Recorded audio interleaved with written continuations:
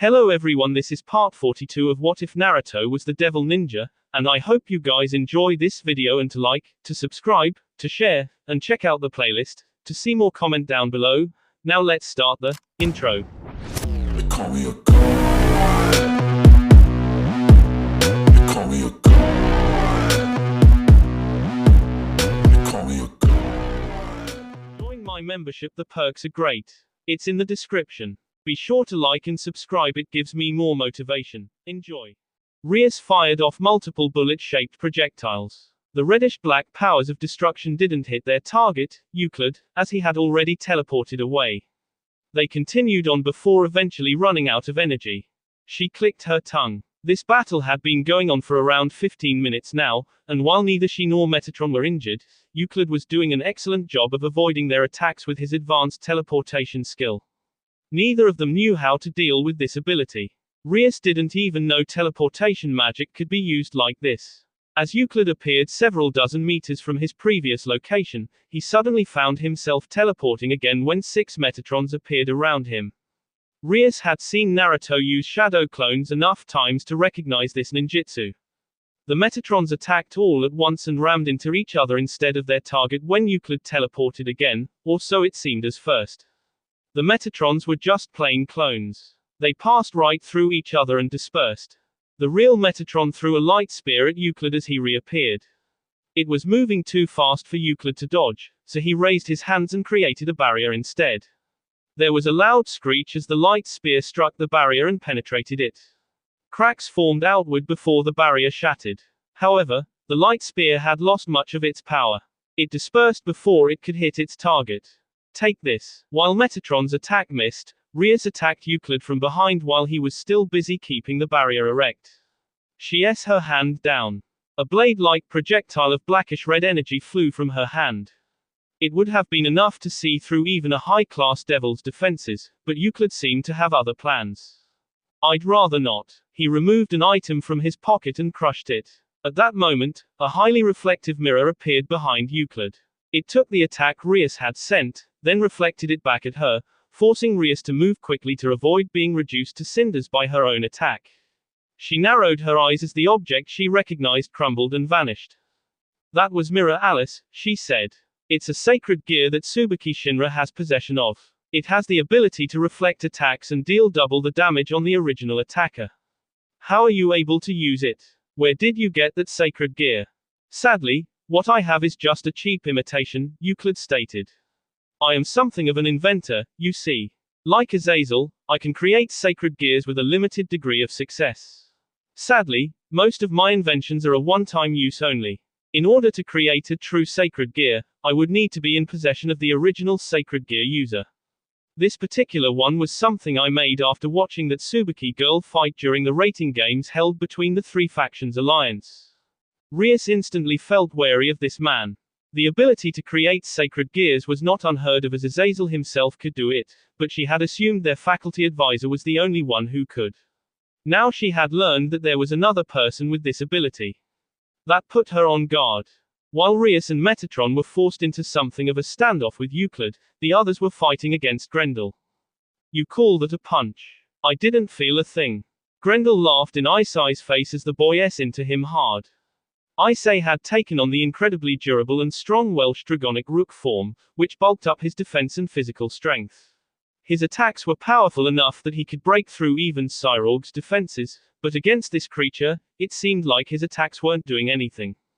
Following his taunts, Grendel tried to s Isai's face in with a powerful punch, but Isai raised his arms to block.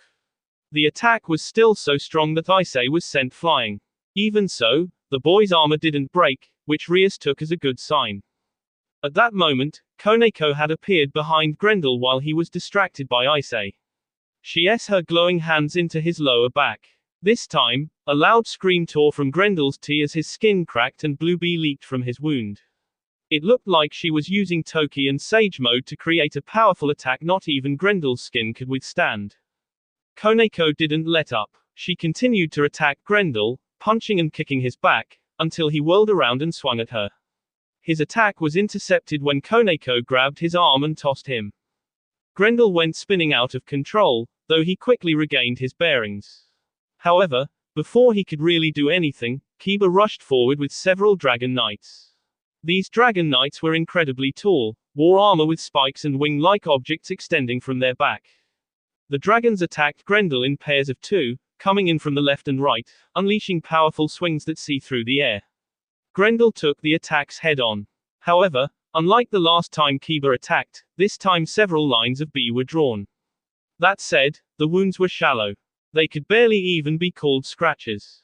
Look at that. You actually see me. At that exact moment, Grendel unleashed a punch so powerful that the dragon knight he attacked was destroyed completely. Not only that, but the powerful shockwave spreading from the attack crashed into several other dragon knights. Arms were torn apart, legs were severed, and torsos were blown to pieces. The dragon knights didn't stand a chance. But now that I've opened a wound, it should be easier to injure you. Kiba shouted as he suddenly flew forward in an all-out frontal assault. With Ascalon in his hand, Kiba thrust his weapon forward and plunged it into Grendel, or that was the plan. He shouted in shock when Grendel caught the sword by the flat of the blade. "Uuuwwaaaaaa." Grendel shouted as he threw Kiba away. He sucked in a deep breath and prepared to breath out fire, but Rosweiss fire a carefully timed magic lance that fell through his mouth. The mount was an obvious weakness since it wasn't protected by his thick skin.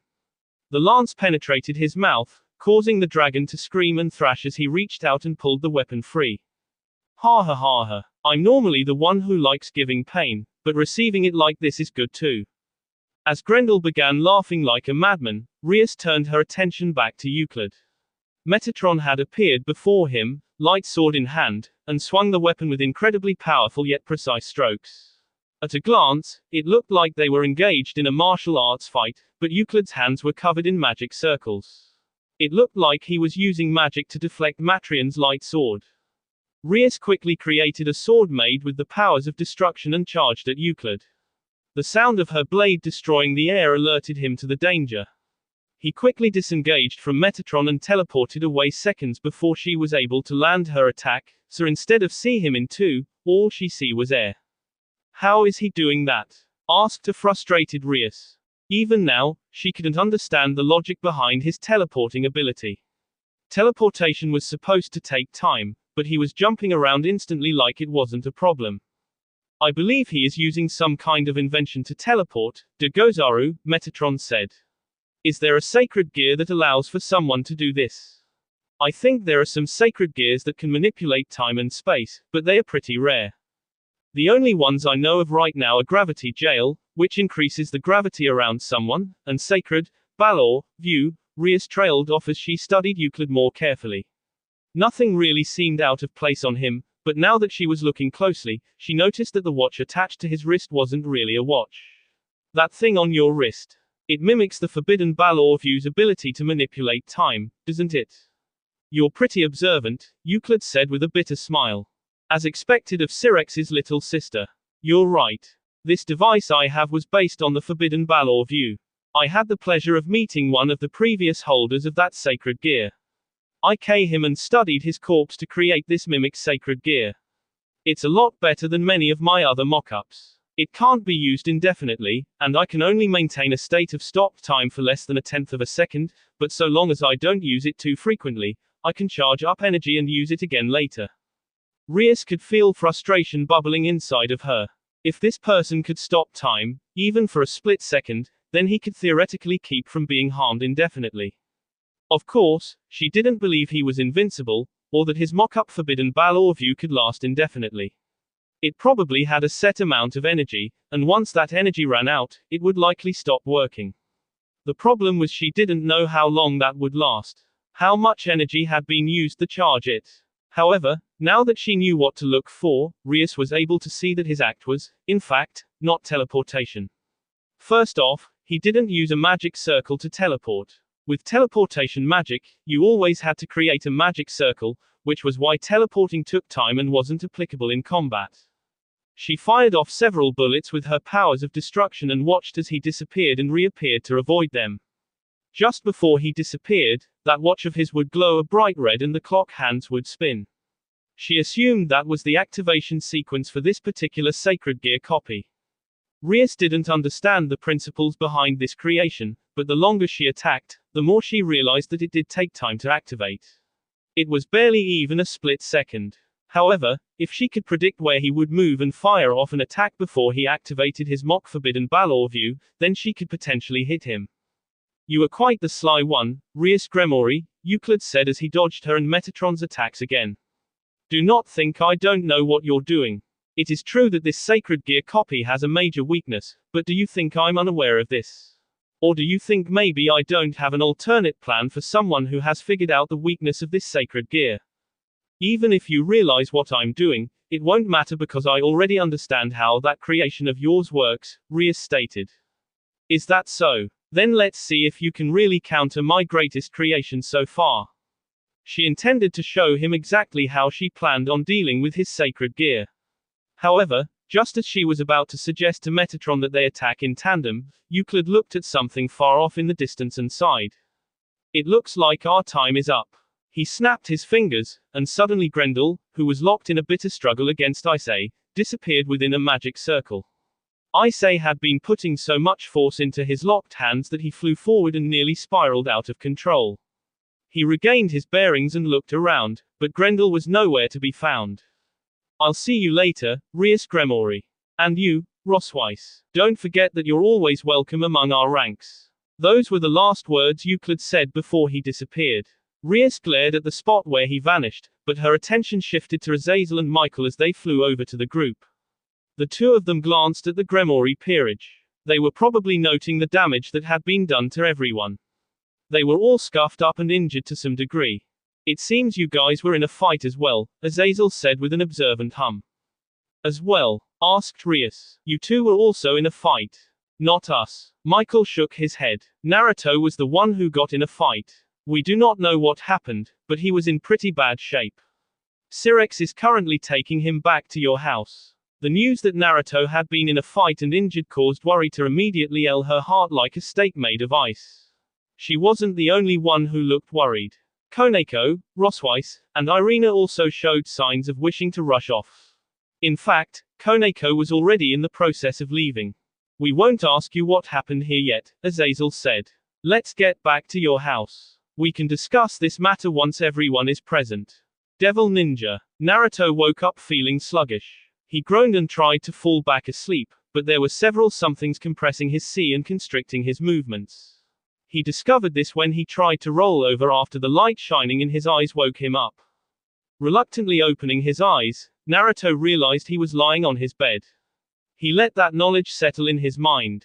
Then he glanced down to find a head of white hair on top of his chi. Koneko Tuju's rhythmic breathing tickled his bare skin, which made him realize someone had him at some point. He was dressed in nothing but a pair of boxers. If Koneko is sleeping on my chi then. Just as Naruto suspected, Rias and Ravel had taken his arms. There was no way he could mistake the heavenly elasticity that was Rias Gremory's. His arm sank into the soft, valley of her bee with ease. On his other side, Ravel's smaller but no less impressive bust pushed against him. She wasn't N. However, given how sheer the negligee she wore was, she might as well have been. Her soft pink N were visible through her clothes. After confirming who was lying on top of him, he took another glance around the room and realized two other people were present. Irina and Rosweiss. They were not in the bed with him. Instead they had opted to pull up two chairs and were sitting down, their heads bowed forward. Because their bangs hid a lot of their faces, Naruto couldn't see what expressions they were making, but he was positive they were asleep. He took a deep breath, held it, and then released it. I'm glad you're awake, Koneko suddenly said, lifting her head. Did I wake you? Sorry, Naruto apologized. You didn't. I've been awake for at least an hour. Koneko set her chin on his chi and looked at him. Her normally sarcastic expression was currently soft and filled with concern. Are you okay? When we returned home, we'd been told by Syrex that you were injured and sleeping. I was really worried when I saw the state you were in. She frowned to observe him for a moment. Her cat ears twitched. Though it looks like you're doing better now. I heal fast, Naruto said with a slight smile. Anyway, let's wake up the others. I have some important information to tell everyone. Right, but first, Koneko leaned forward and softly kissed Naruto on the lips. Her small mouth was so gentle and ephemeral that he almost couldn't feel it. She didn't let her mouth linger on his either, instead choosing to sit back and climb off him. The process of waking everyone up took more time than it should have, but that was because Naruto needed to reassure each person that he was, in fact, okay. Even then, Rosweiss and Irina, the most reserved of the group, needed him to repeat himself several times before they were assured. "And you're sure you're all right?" Irina asked as they walked into the living room. "I already said I'm fine, didn't I?" Naruto said with a slight smile. "Thank you for worrying about me, but I really am okay. I promise." "Oh, okay." Irina nodded and looked away. "Irina is feeling tsundere," Koneko joked. "You know that's Ravel's trope, right? Who's a tsundere? Out of 'em not tsundere." Ravel and Irina shouted at the same time. They soon arrived in the living room, where they found several people already waiting. Kiba and Gasper were sitting on a couch. Gasper didn't have a bag over his head at the moment. He was sitting on the couch and playing PSP. Kiba was beside him, but he was simply sitting there with his arms crossed and a pensive frown on his face. Azazel, Syrinx, Michael, and Metatron were on the other couch. Grayfear was standing behind them like any good maid would. It looked like they were discussing something among themselves, though they stopped when Naruto and his group entered the room. "Naruto." Syrinx stood up, a happy smile on his face and tears in his eyes. "I'm so glad you're okay." "Anarchy," Naruto shouted as he raced forward. Rias's and Grayfear's eyes widened as they realized too late what was about to happen. "Stop them!" they shouted at the same time. But there was no stopping what came next. Naruto and Syrinx hugged each other, and hellish flames suddenly spewed from cracks that split the living room. Brimstone and lava exploded out of them. The incredible heat from the flames was enough that everyone in the living room broke out in a sweat. "It's been a while since I've seen this," Azazel commented lightly. "This is quite something," Michael added with a strained smile.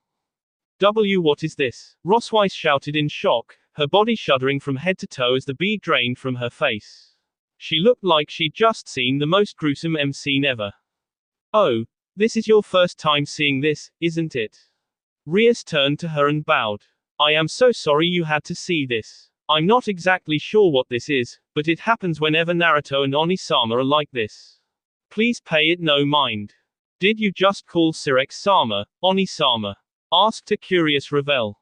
"What? Well, Rias blushed bright red.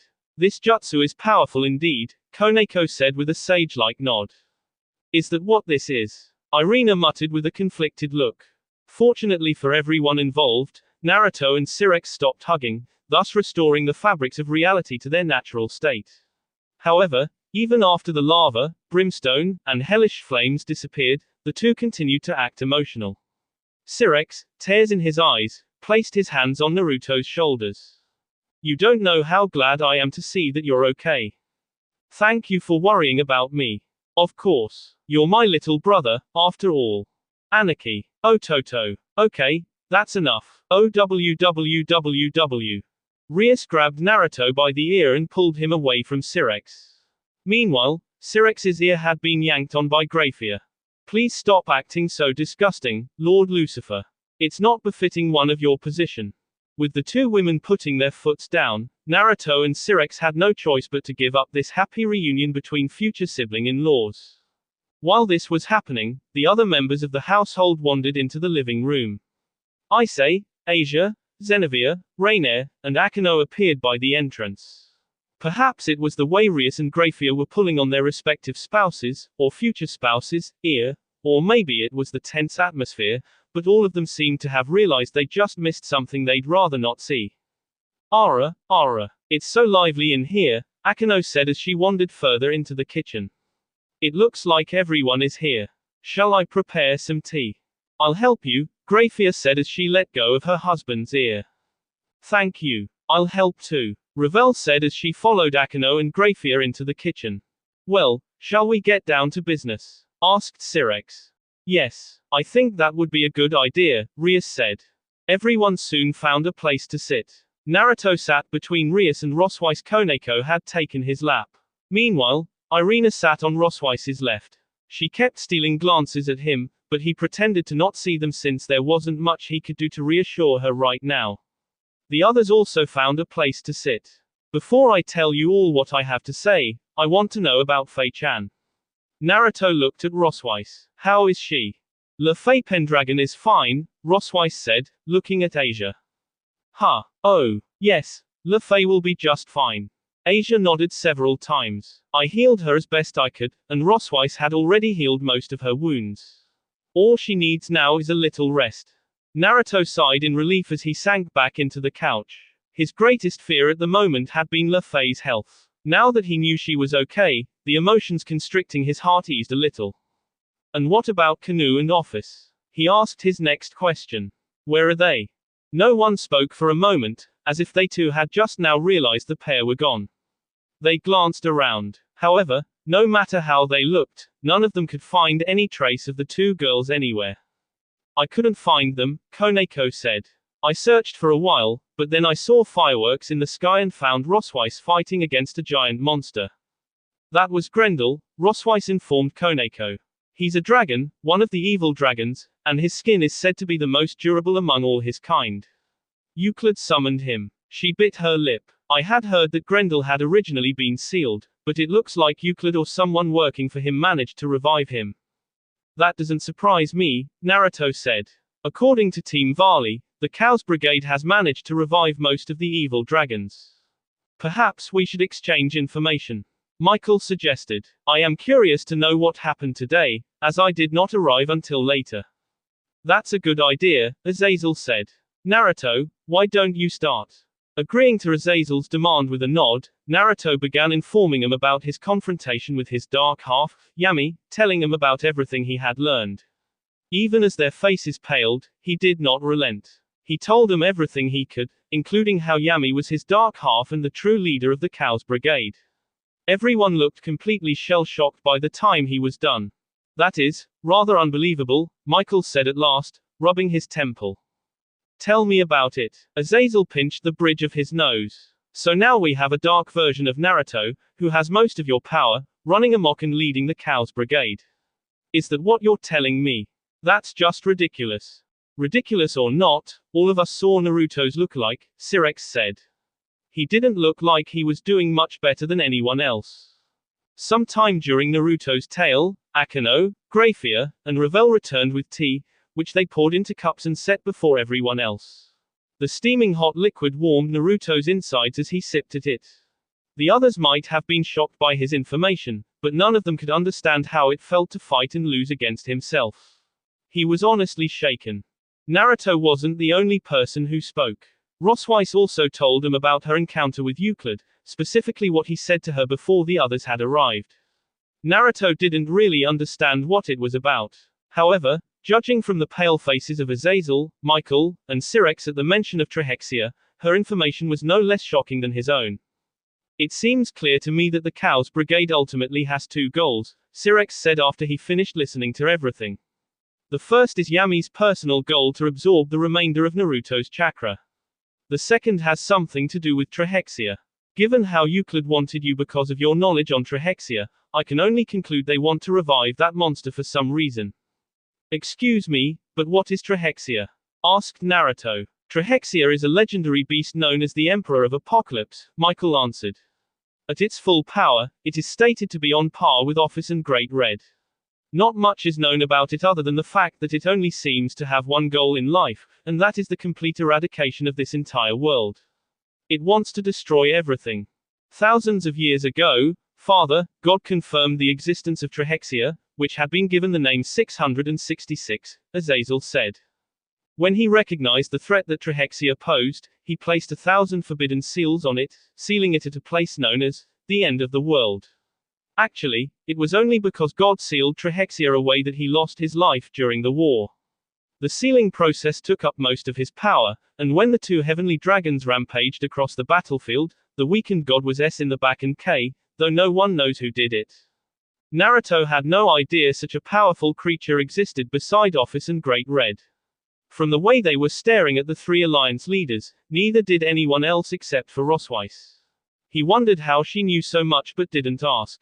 After learning about all this, Naruto could not help but wonder what was going to happen now. More than that, however, he wondered where Canoe and Office had gone. His beef felt cold. He was worried. Devil Ninja. As he followed Rias, Naruto placed a hand on his chin and thought about how everything was moving really quickly. They hadn't even found Office and Canoe yet, but now they were planning an operation to rescue Team Vali, save the missing Norse gods, and defeat the Chaos Brigade's human faction. His worry for those two made him wish he hadn't learned about what happened to Team Vali until much later. He couldn't help but grimace.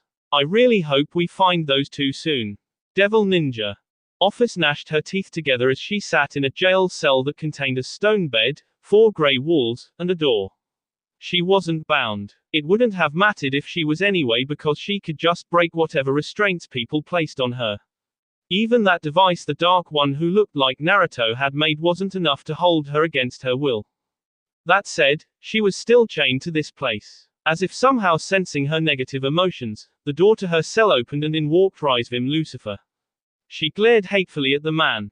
If their circumstances were normal, she would have erased him from existence, but she couldn't do that. Because standing right beside him, bound by a collar and chain, was none other than Canoe. The girl didn't look like she'd been harmed. However, she was clearly emotionally damaged. She'd been killed by this strange man, forced to wear a collar, and could not leave this hateful man's side. Office would not have been surprised if Rizvim forced her to sleep in the same room as him. The thought made her clench her teeth. What do you want? Asked Office. Her voice was no longer emotionless. An intense snarl echoed from her mouth. It made Canoe flinch, but Rizvim just grinned. I've never heard so much emotion in your voice before. He toyed with the collar. This girl must be awfully close to you for you to display so much hatred toward me. Office couldn't say she and Canoe were close, but the girl was definitely someone she was beginning to think of as a friend. Playing with her was, yes, it was fun. She enjoyed spending time with Canoe almost as much as she liked being with Naruto. It was fun in a different way than going on dates with Naruto was fun. She didn't say anything, however. She just glared. Rizvim chuckled some more. Don't worry yourself too much. I haven't touched her, just like I promised. In either event, I came to tell you that the ritual will probably take place in a few days. We have some details that we needed to work out, and we still have to send out the invitations to everyone else, but, barring all those problems being resolved, we will definitely be holding the ritual soon. What ritual are you talking about? Asked Office. You'll see. Rizvim grinned at her, and then quietly left the room. Now alone, Office wondered what she should do. She couldn't escape from this place because Rizvim would know and kill Canoe the moment she did. Curling her knees into her sea, Office lamented how, despite being one of the most powerful creatures in existence, all the strength in the world would not help save her friend. Devil Ninja. A meeting was taking place inside of the Uzumaki residence's living room. Naruto stood next to Rias and the others as Sirex, Michael, and Azazel stood at the front, near the sliding door that led into a Zen garden. Luffy was standing close to Naruto's side. She had recovered perfectly after a good night's rest and was ready to rescue her friends. There was a determined look on her face as she gazed at the 3 faction alliance leaders. Thanks to Luffy Pendragon's information, we were able to discover the location of the hero faction's main base of operation and the whereabouts of the 3 missing Norse gods, Sirex said. While your group is going to be our main task force, this rescue operation is going to be performed by more than just you. Several other peerages and members of the Angels and Fallen Angels will be joining us. The task force will be divided into multiple forces. Michael stepped forward and announced. One force will be in charge of rescuing the Norse gods, who are being mind-controlled by those restraint collars, which is what we have taken to calling them. The goal will be to neutralize the collars and free the gods. The second team will be in charge of rescuing Team Vali. I've heard from Naruto that they have been acting as double agents for him and Office, so we have decided to treat them as comrades instead of enemies. At this, Naruto glanced at Luffy as she sighed in relief. He knew that one of her primary worries had been how everyone would treat her and the rest of Team Vali, who were considered enemies of the 3 factions alliance. Vali himself was actually a step above that. He was considered a traitor since he had originally been working for Azazel and him in the back. These 2 teams are going to be composed of your group, Azazel started talking after Michael finished. His normal smirk was nowhere to be seen. I want Naruto working with Koneko, Gondal, and Rosweiss to free the Norse gods from the restraint collars. He looked at the whiskered blonde. The reason you and Koneko are working with those two is because you have a far better understanding of nature chara and sage mode than anyone else, and you already know how to deactivate those collars. Just leave this to us, Naruto said with clenched fists. I'll have those Norse gods freed from their restraint collars even if I have to beat them to a pulp. I'm not sure how I feel about hearing you plan on beating up my gods, Gondal said with a sigh. On the other hand, Rosweiss was actually holding a hand to her mouth and looked like she was trying not to laugh. Perhaps she was growing used to his brand of humor. Sirex smiled at Naruto's enthusiastic and silly answer as he stepped forward, taking the place of Azazel. The rest of us are going to keep the main forces of the hero faction busy. Thanks to Luffy, we have learned that the hero faction has well over 10,000 sacred gear users under their control. That's a huge force. Since our forces are currently spread thin dealing with the devil and magician factions, we can't bring more than 5,000 of our own people with us. That means myself, Michael, and Azazel are going to be the heavy hitters in this battle. It sounded like they were going to be fighting 2-1, but Naruto actually thought that might prove more beneficial if Sirex was getting involved. He was known as the strongest Mao for a reason. With his powers of destruction, he could unleash unholy devastation with a simple snap of his fingers. Naruto honestly didn't think they would lose. One thing we want to make clear here is that our goal is not to K the hero faction, Azazel said. We believe many of them are good people who found themselves in a bad situation, and we'd like to believe that until proven otherwise. We're aiming to incapacitate our opponents, though we don't expect this to be a B victory. Rias, Sirex said, I'll be leaving you in charge of rescuing Team Varley. Sona and her peerage have also agreed to help you. They'll come by later today. The operation will begin early tomorrow morning, Michael informed everyone. Be sure to get an early night's sleep. We want you to be well rested for tomorrow's mission. This seemed to be the end of the discussion. Everyone broke up into smaller groups and went off on their own. Rosweiss was dragged off somewhere by Gondal, Rias and Akino went off somewhere together, and Issei ended up being dragged away by Asia after Rainier and Zenevia tried flirting with him. Kiba had gone up to ask Sirex something. Meanwhile, Koneko and Gasper were back to playing their PSPs together, probably Monster Hunter. As he looked around the room, Naruto found Irina staring indecisively at the spot where Issei left and believed now was the time to speak with her. Irina. He walked up to the girl, who jumped and spun around. He raised an eyebrow when she put a hand to her C and blushed bright red. Sorry. I was lost in thought, so you startled me. No, I'm the one who is sorry. I didn't mean to startle you. Naruto screwed up his courage, scratched the back of his head, and said, I actually wanted to talk to you about something. Would you mind coming with me?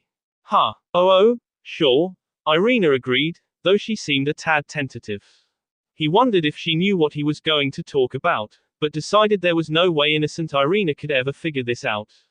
Since this was an important conversation that he didn't want anyone overhearing, he decided to travel across a bridge and onto a remote island with a single sakura tree. Naruto wouldn't consider himself a romantic kind of guy. However, he did think the beautiful pink blossoms swaying gently in the afternoon air added a romantic feel to the scene. The calming scent of sakura blossoms also helped soothe his own mind. Naruto. Taking a deep breath as Irina called his name, Naruto realized he really didn't have any plan for this moment, and so he decided to do what he always did. Wing it and hope for the best. Irina, I like you. What? Irina looked startled. I like you, and I don't mean that as a friend. Naruto willed his rapidly beating heart to remain calm. He felt a little sick to his stomach. I like you as a man likes a woman. No, that didn't come out right. The feelings I have for you are the same kind that a man has for a woman he likes. Hang on a second. Irina was staring at Naruto as he tried to speak, which actually made him feel even more self-conscious. Crap. This wasn't supposed to happen. Since when did he, Naruto Uzumaki, become tongue-tied over something so simple? Hadn't he confessed his love to Sakura for years before he had met Shion? Why was he getting nervous now? Naruto would admit that he was actually really worried, not about how the other girls would take him confessing to Irina, but how Irina might take it. He knew she loved Issei. There was a good chance that confessing to her now could irrevocably damage their relationship, that it could push her away. It was obvious this would make him nervous. What if she decided to distance herself from him because she didn't want Naruto getting the wrong idea? He would, of course, back off and give her space, but that wasn't what he wanted at all. Suddenly, Irina giggled. I think I know what you are trying to say, she said, placing her hands behind her back and turning her head. Her chestnut hair swayed in the breeze and caught the sunlight. You love me, like a man loves a woman. This is a confession, right? Yes, Naruto admitted. A moment of silence passed between them, making Naruto increasingly nervous. He wasn't worried about rejection so much as he was Irina no longer wanting anything to do with him. Having been rejected by Sakura for most of his young life back in the Elementation Nations, that didn't bother him. However, he didn't want to lose Irina's friendship. Thank you, Naruto. For telling me this, I mean. Irina looked at him as her lips curled into a pretty smile. Hearing that you have feelings for me actually makes me really happy, but would you mind giving me a bit of time? This isn't something I can answer right now. Oh, but it's not that I don't want to. I just haven't sorted out my feelings for Ise yet. I understand, Naruto said with a sigh. Can I just ask for one thing? What is it? Don't avoid me or distance yourself from me because of this. Even if you decide your feelings for me aren't the same, I'd like us to still be friends. Is that all? Irina giggled into her hand, her beautiful violet eyes softening with kindness. No matter what happens, I will always consider you to be a good friend. Thank you. Naruto could feel his heartbeat slowing down as his nerves were settled. He'd never understood why confessions were so hard for some people, but he was beginning to figure it out. Now that he was thinking about it, he realized he'd really been an idiot in his youth. Only an idiot would confess to a girl they liked and not feel like butterflies were fluttering in his stomach. We should probably go back inside, Irina suggested, looking awkward. Oh, right, yeah, let's head back inside. The two at each other, neither of them moving an inch, and then looked away just as quickly. Devil Ninja. Naruto woke early the next morning and got ready for their mission. This meant putting on all of his ninja gear, including his ninja pouch full of kunai, ninja wire, and shuriken. He also put on his black and orange tracksuit, which he hadn't worn in a really long time. Staring at himself in the mirror, Naruto felt nostalgic. Hey, I feel like a genin back during my ninja days. Do you really plan on wearing the tracksuit? Of course I do. This tracksuit is. Naruto paused when he realized someone was talking to him and turned around. Ravel was sitting up in bed, rubbing her eyes as she stared at him. It was a very cute gesture. Rias was still asleep, but Koneko was waking up. The lithe girl stretched her body out much like a cat, revealing the sinuous muscles that Naruto loved so much. Rosweiss had not slept with them last night. Good morning. Sorry, did I wake up? Asked Naruto. You're fine. We need to get up anyway, Ravel said as Koneko began waking up Rias. Once everyone was awake and dressed, the group made their way downstairs, where several other people were already up. Kiba and Gasper must have woken up even earlier than Naruto. They were situated inside the room with Sirex, Azazel, and Michael. The three alliance heads looked like they were raring to go. We're glad you're up, Sirex said. Now we just need to wait for the rest of you to wake up. Sona and her peerage arrived last night as well. I'm guessing everything is prepared on your side. Rias asked her older brother. He nodded. Our forces have all gathered and are waiting to launch their attack. Once they've begun their assault on the hero faction's main headquarters, we'll teleport your group as close to the base as possible on the opposite side of our assault. You will then sneak into the base, free the Norse gods from their mind control, and rescue Team Vali. That's a simple enough plan to follow, Koneko said. Michael smiled. No plan ever survives first contact with the enemy. It is better to create a simple plan that can be adapted to new situations than an elaborate plan that crumbles at the first sign of trouble. Naruto agreed. I always thought flying by the seat of your pants was the best way to do anything. That's because you're an idiot out off hats because you're reckless, Koneko and Rias said at the same time. The two glanced at each other and shared a smile. Wah, I am not wait. No, you two are right. I kind of am. Naruto shrugged their harsh words off, knowing from the satisfied smiles they wore that he was being teased. He was so going to get back at them. They wouldn't know when or how, but he would prank them so bad they would be bowing at his feet. The others soon woke up, then Sona and her peerage arrived. Saji went over to Isai's little group, which consisted of Asia, Zenevia, and Rainier. "Sup, Hudo, you ready to do this?" asked Saji. "You know I am." Isai pounded his fists together. "I'm gonna rescue that son of AB and his group, and then I'm gonna cash in on the favor of rescuing to make Varley stop bothering me. That guy is a damn stalker." "A stalker? Well, I know he was pretty obsessed with you. I guess you Longinus users have it rough. You don't know the half of it." Naruto didn't really join anyone in their conversation. He was more focused on Lafay, who looked like she was muttering spell formulas under her breath. "Relax." He placed a hand on her shoulder. "We'll definitely save your brother and the others." "Thank you," Lafay muttered, giving him a grateful smile. He smiled back. That was the moment Sirex chose to call out to them. "Okay, everyone. It's time to begin the mission. First, we are going to transport all of you to a small area just outside of the hero faction base.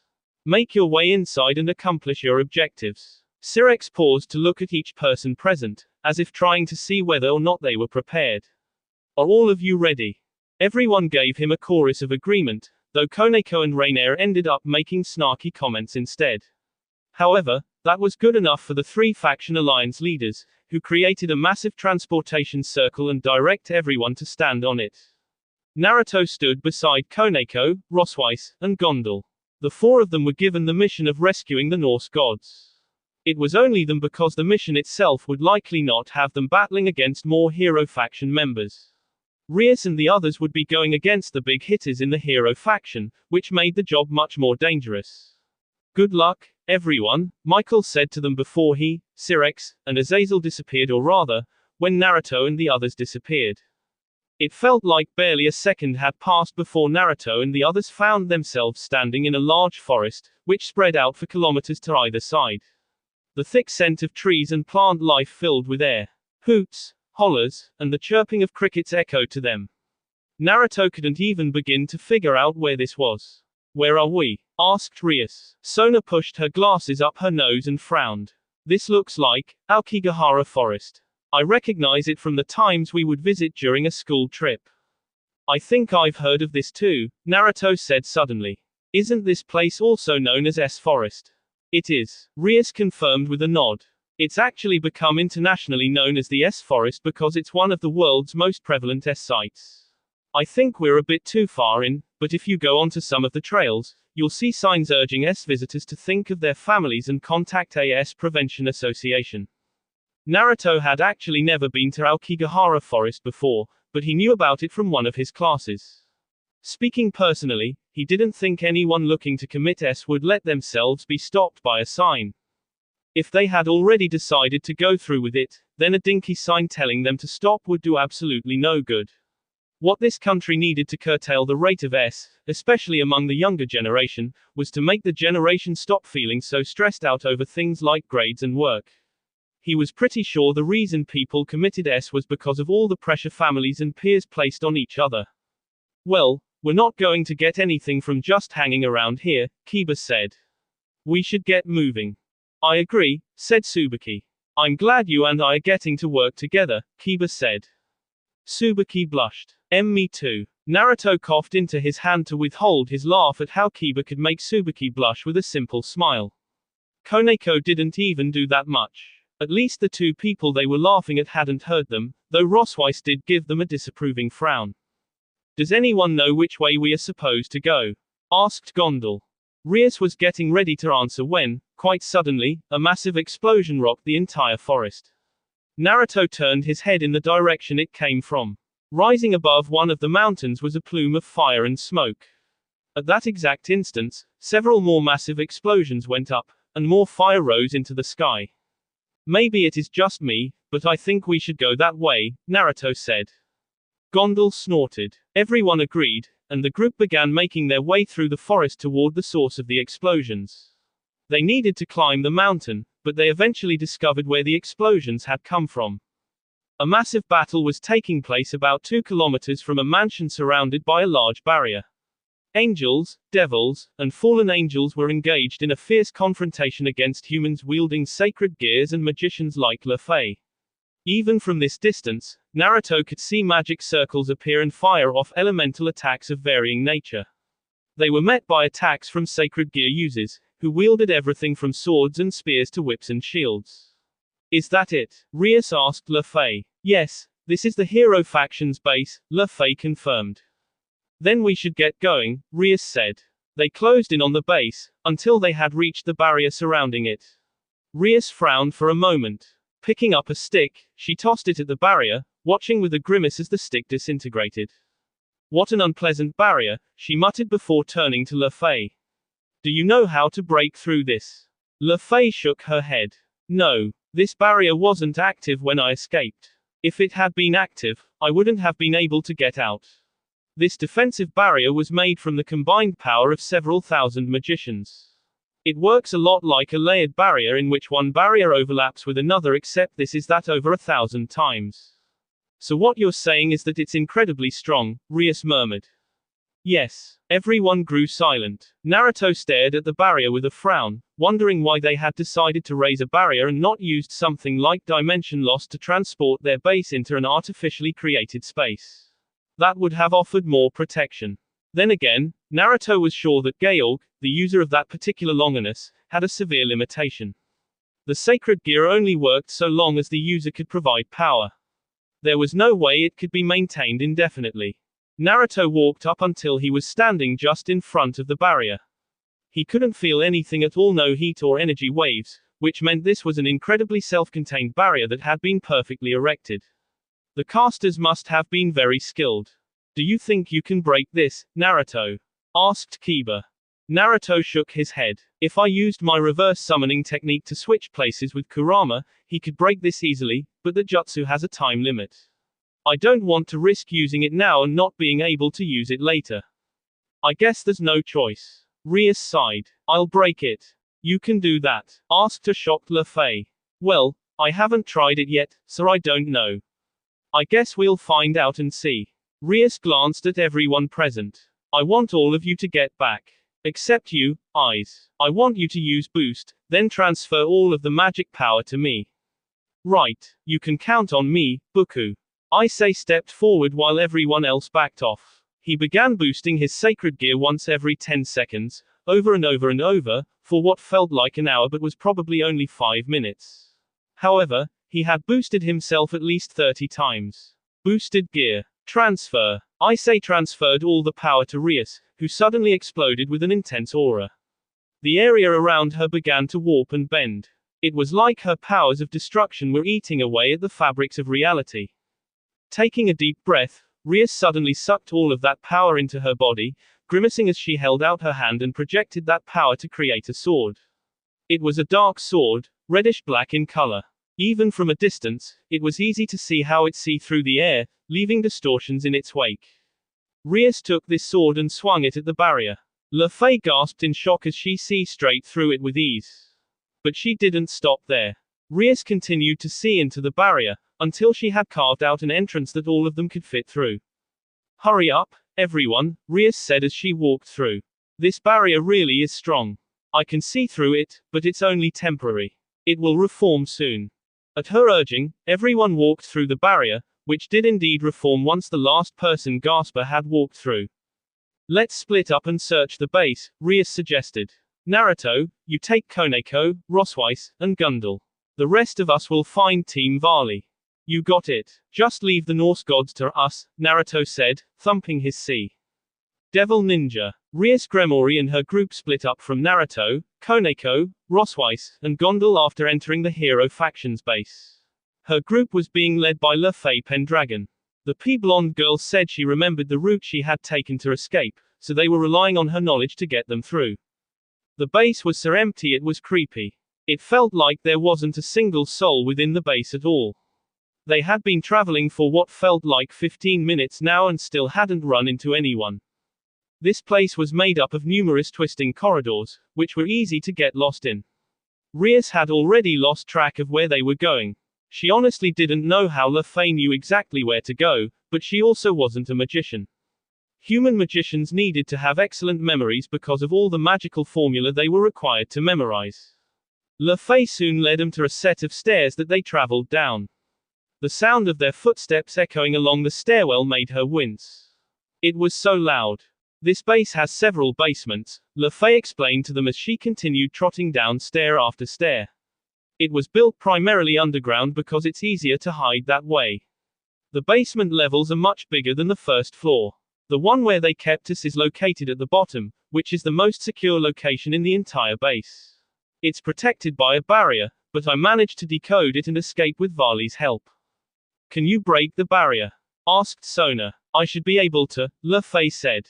They soon reached the end of the stairs. Covered in numerous seals that prevented entry, the group stood back as Le Fay created hundreds of small magic circles, which floated around the door and slowly pressed against the seals, which emitted a faint hissing noise. A second ticked by as the seals slowly dissolved, then Le Fay opened the door and led them all inside. A thick purple mist filled the room they entered. What the? Irina squawked as the area around them slowly disappeared. This is. Rainer's eyes widened. Dimension lost. Rias narrowed her eyes as she stared into the void surrounding them. It looks like they were aware that we were coming and have planned accordingly. We've been trapped in a dimension created by the sacred gear. Now what are we supposed to do? Asked Issei, hands clenched in frustration. How can we rescue Varley and the others if we're trapped in another dimension? Simple. Zenevia summoned Durandal and readied her blade for combat. We just have to break through the sacred gear's power by defeating the wielder. I see you haven't changed from your simplistic way of thinking, a voice said from within the fog. Of course, you are correct. If you can manage to find and defeat Georg, then you can indeed return to our original world, but who said we were going to let you do that? 7 people stepped out from the mist. At the head of this group was none other than Cao Cao, the enigmatic leader of the hero faction. He was dressed in his typical Gakuran uniform. The Longinus spear was gripped firmly in his hand, and his right eye looked like it had been replaced by a snake eye. Rias grimaced when she recognized Medusa's eye. Siegfried, Jean, and Leonardo stood immediately behind him. Siegfried was already wielding his myriad of holy and demonic swords. 2 were in his normal hands, Gram and Balmung, but the remaining swords Nuthung, Turfing, Dainsleaf, and a light sword were in the firm grip of his 4 artificial hands. Meanwhile, the beautiful foreign girl Jean stood in an elegant sword stance as she wielded a holy sword of her own creation. There were 2 more people behind them. Rias vaguely recognized them from the reports. It was Marsilio and Perseus. The one on the left was the inheritor of the soul of the demigod Perseus and possessed the sacred gear, Aegis mineralization, which had the ability to petrify people who were weaker than him. He had a sword and a shield. The other was a descendant of Marsilio Ficino. He possessed the sacred gear, dreamlike curse, which could send a targeted individuals into a barrier space of his own creation. All this knowledge passed through Rias Gremori's mind in the blink of an eye. I should have known you'd be prepared to intercept us, Rias said. Cao Cao shrugged. It wasn't hard to realize what this was about once the 3 factions alliance began attacking us. I figured after those useless members of the Satan faction failed to apprehend Le Fay that you would come back to rescue Varley and his team. Where is Arthur and the others? Le Fay demanded, stepping forward with an angry glare on her face. They are safe, Cao Cao announced. We unfortunately have a need for them, so we haven't killed them yet.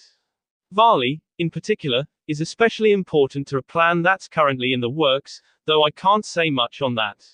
His face twitched. This particular plan was one we had come up with, but the damn Rizvim contacted Hades before us. Hades. Rias blinked. What does the Lord of the S have to do with your plan? If you want to know what Rizvim is planning, then you'll have to defeat us.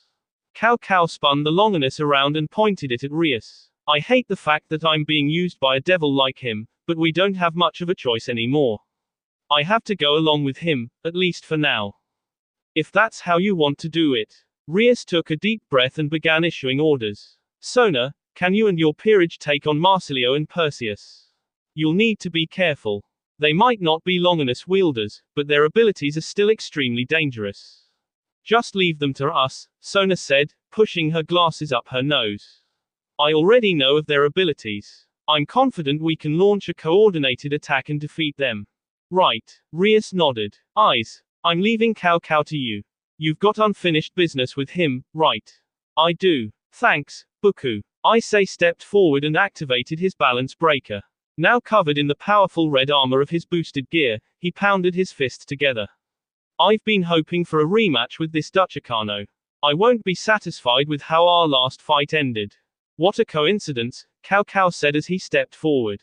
I was thinking the same thing. There's no way I can possibly let what happened during our last fight stand without delivering swift retribution.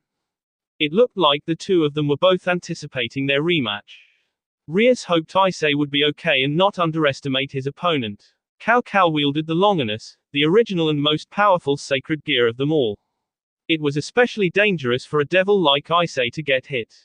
Even a small C was enough to annihilate low-class devils. Kiba, Xenavia, Irina, and Rainier.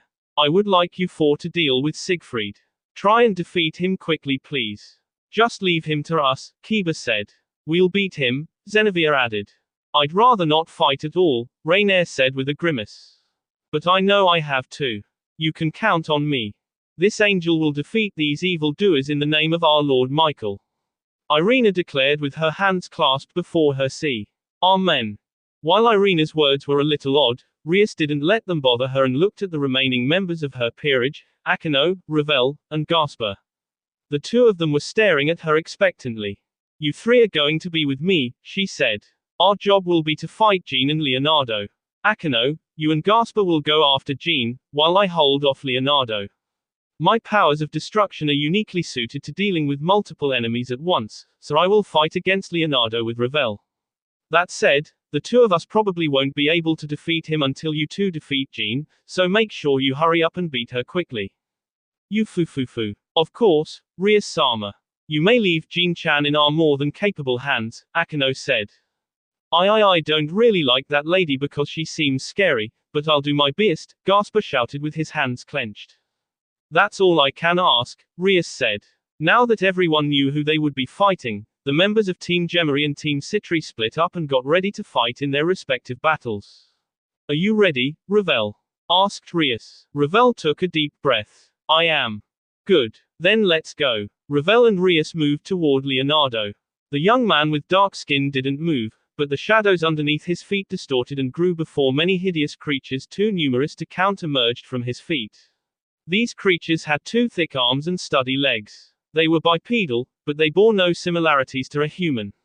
Aside from lacking anything that resembled a head, there was only a single red gem in the center of the face, just above their collarbones. Despite having not been there for the battle in Kyoto, Rias had read the report and listened to Naruto when he spoke of them. These were Leonardo's anti-monsters, which had the ability to target his opponent's weakness. She didn't know how this would affect her battle with him, didn't know what sort of weakness these things would target, but she didn't plan on giving up. Demonic power poured from her body as she prepared herself. Reddish-black energy wafted off her, creating distortions in the air. She gathered this power into her hands. Now encased in her powers of destruction, her hands had become completely invisible and looked like they'd suddenly caught fire. I'd like to give you a chance to surrender, Rias said. But something tells me you aren't going to do that, are you? Leonardo shook his head. You might as well save your breath. I won't surrender. That's what I thought. Yes, there was no way this boy would surrender. She could already tell that everyone here was incredibly loyal to Cao Cao, and it looked like they also had something against devils like her. There was no way he would give up. But neither could she. In that case, you should prepare yourself, Rias said. I'm not going to go easy on you just because you're a kid. All around them, the battles between the others had already started.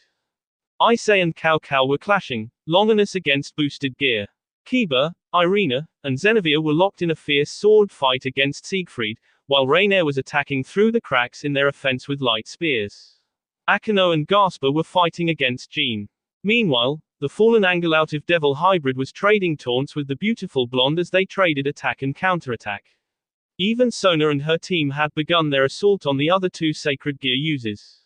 Leonardo frowned as if he found it insulting to be called a child, but he didn't say anything else as he ordered his creations to charge at her. Seeing this caused Rias to channel even more powers of destruction into her hand. As the anti-monsters rushed forward, she unleashed a massive wave of powerful energy that into her foes and annihilated them. Devil Ninja. Koneko and Rosweiss ran on Naruto's left and right, while Gondal moved behind him. They were in something of a diamond formation. He had no idea how they got this way. It just seemed like a natural response. This place is so big, Koneko complained as they ran. How can we be expected to find anyone in such a huge base? Naruto would have said something, but he honestly agreed with her. This base was massive. They had only searched the first floor and first basement, but it had already taken nearly 20 minutes just to search a single floor, meaning 40 minutes had passed in total according to Naruto's internal clock. Not only was this place large, but it was a literal maze. There were so many different corridors and branching lateral passageways that it was very easy to get lost in. This base didn't possess many rooms. It seemed most of these corridors were merely used to lead to other, much larger spaces. The first basement had been dedicated to training. There were all kinds of different rooms with a variety of terrain for people to practice maneuvers and tactics, and there had also been a rather large gymnasium with many different types of equipment.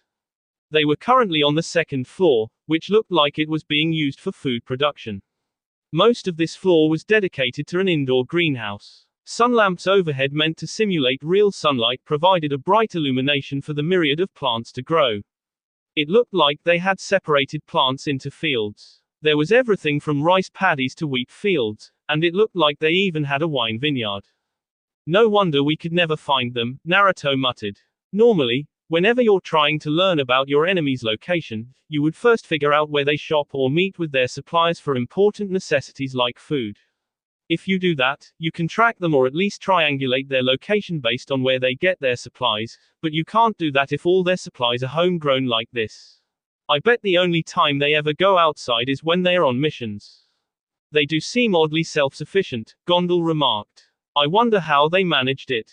Does it matter? Asked Koneko. While it is an oddity, I do not believe this is something we should be discussing right now, Rosweiss agreed with Koneko. Let's keep going. There didn't seem to be anybody on this floor, so they quickly moved to the next set of stairs and traveled down to the third basement, which contained. Is that a private jet? Naruto squawked when he laid eyes on the streamlined jet sitting in the middle of a mostly empty hangar. The scent of oil filled the air. There were a few other pieces of equipment, but the rest of this hangar was empty. If I'm not mistaken, that is a Gulfstream G550, Rosweiss said. It's a business jet produced by General Dynamics Gulfstream Aerospace Unit in Georgia. That's in the United States of America. I'm not sure what it's doing here. Huh. Naruto nodded but didn't really pay attention to the explanation. He had other thoughts in mind. Didn't know Cao was an attack on an fan. They stared at the private jet, which had attack on an artwork painted on its hull, for several more seconds before traveling down to the fourth basement floor. This next room consisted of mostly sleeping quarters. It looked like this was where the majority of people spent their time when they weren't on duty. Naruto, Koneko, Rosweiss, and Gondal went through each door and checked to see if anyone was inside. It seemed most of the rooms were empty. However, oh my, you're so naughty. Hey, of course I am. How could I not be when I see such a hot studmuffin just waiting to be shaved? Naruto stared into the room with Koneko, Rosweiss, and Gondal, who displayed various expressions ranging from shock to disgust. Not that he blamed them. He was pretty sure his own face was somewhere between those two expressions. Even his stomach was churning. This room was just like all the others. It was a decently large bedroom with all the amenities one would expect from a bedroom. Unlike the other rooms, this one was also occupied by two men. Two men who were unshaving each other. Naruto could have sworn he heard his brain sizzling as his eyes burned in a sight he wished to all 8 million Shinto gods he would never see. He wondered, was it really possible to erase his memory by rubbing bleach in his eyes? He'd once heard a saying about it. At the moment, he was seriously considering burning his eyes with bleach. As the two men continued to shave each other, completely unaware of their audience, Naruto slowly closed the door, and then added a powerful seal that would keep the two locked inside for the rest of time. Let's pretend we didn't see that, he said at last. Koneko, Rosweiss, and Gondal all nodded. The journey continued on to the next basement level, which looked like a series of command centers, war rooms, and even a laboratory of some kind. The lab looked almost like a religious hall combined with a field hospital. There were beds and other items that a person might expect to see in a hospital. However, some of the beds had straps where people were tied down, so he assumed this was where they experimented on people. Nothing seemed out of place, and there wasn't any bee or whatnot to signify this was being used for nefarious purposes, but Naruto's skin crawled just looking at it. Does anyone else feel like we're being watched? Asked Koneko. Now that you mention it, I have been feeling a strange sensation crawling up my spine since we came down here, Rosweiss said. I think our query is close, Gondal muttered. Naruto didn't say anything as he extended his senses as far as he could. His sixth senses quickly expanded. The scent of antiseptics soon filled his nose, mixing with the natural scent of the three ladies with him. His hearing, meanwhile, picked up the sound of dripping water from a leaky faucet somewhere to his left, along with several sets of footsteps. 1, 2, 3, 4, 5, 6, 7. There were 7 sets of footsteps, but there were only 4 people. Everyone scatter, Naruto shouted. Putting words into actions, Naruto leapt forward before twisting his body around. He was just in time to see a magic circle light up on the ground where he had been standing before the entire thing went up in flames. An intense wave of heat washed over him as the flames screamed and churned like a living, breathing Ani. The fire took on the shape of an 8-legged stallion before disappearing, leaving behind a blackened crater. That was Frigg's magic, Gondal announced. She, Koneko, and Rosweiss had escaped safely and regrouped with Naruto. She is considered one of the greatest magicians among our gods. She has an affinity for magic dealing primarily with flames and the moon. The moon. Naruto didn't know what that meant and asked for an explanation, but before Gondal could give one, 3 people landed on the ground. The one in the center was a beautiful woman with silvery blonde hair, a massive rack, and muscular arms and legs. She looked like a warrior woman or some kind of Amazonian queen. In her left hand was a scepter. On her left was another woman. This one didn't have the same bust size, but she carried a graceful and elegant beauty to her. Magnificent golden hair made it look like she was being haloed in light. Unlike the woman in the center, this one wielded a hammer in one hand and a battle axe in the other.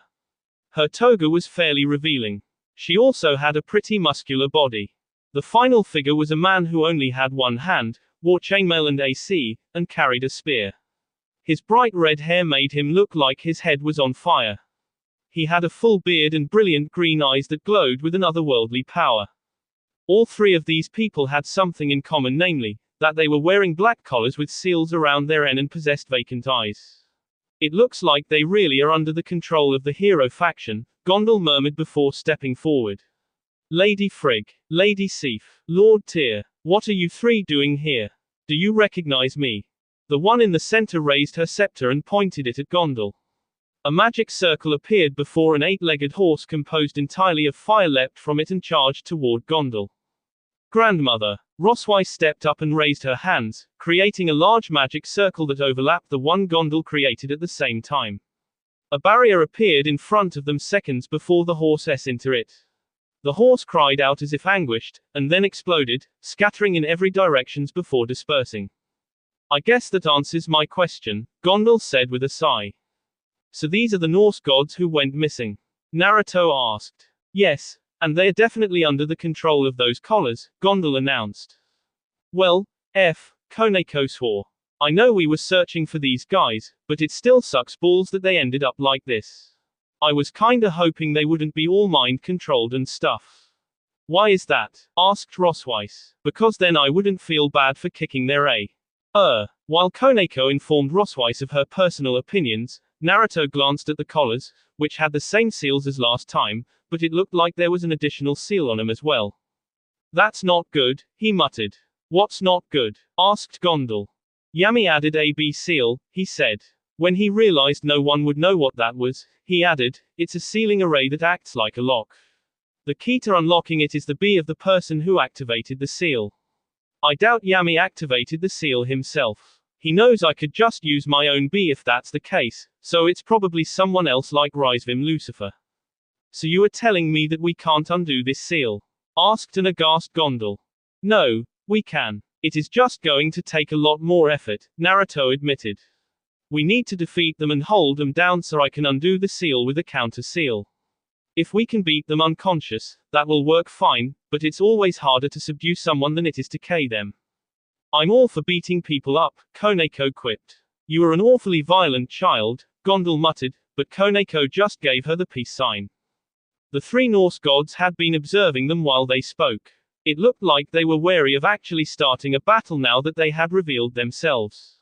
How should we do this? Asked Rosweiss. Koneko and I will take care of Tyr and Sif, Naruto said. We work well together from having trained so much as a team, so I think we can handle two of them at once. You two will deal with Frigg. Subdue her quickly. If me and Koneko are still fighting, then help us out. If we defeat Tyr and Sif before you win your fight, we'll help you out. It's as good a plan as any, Gondal agreed. All right, let's do this. Naruto s his right fist into the palm of his left hand, pumping himself up. His last fight had ended in disaster because he'd gone up against his dark half, but this time, things would be different. You ready, Koneko? Of course I am. Who the hell do you think you're talking to? Koneko stepped up beside him and adopted an orthodox combat stance similar to the stances boxers used. She looked primed and ready. The three Norse gods stared at them as though waiting for them to make the first move, which Naruto was more than happy to do. Kicking off the ground, he traveled forward at blinding speed to engage the one called Tyr in hand-to-spear combat. Meanwhile, Koneko came in right behind him, her body already transformed into her second Nekomata version. Let's get this party started, Naruto said with a grin seconds before crashing into Tyr in a flurry of fists and feet. That will be all for this video. Be sure to like, subscribe, share, and comment down below for more videos. Goodbye.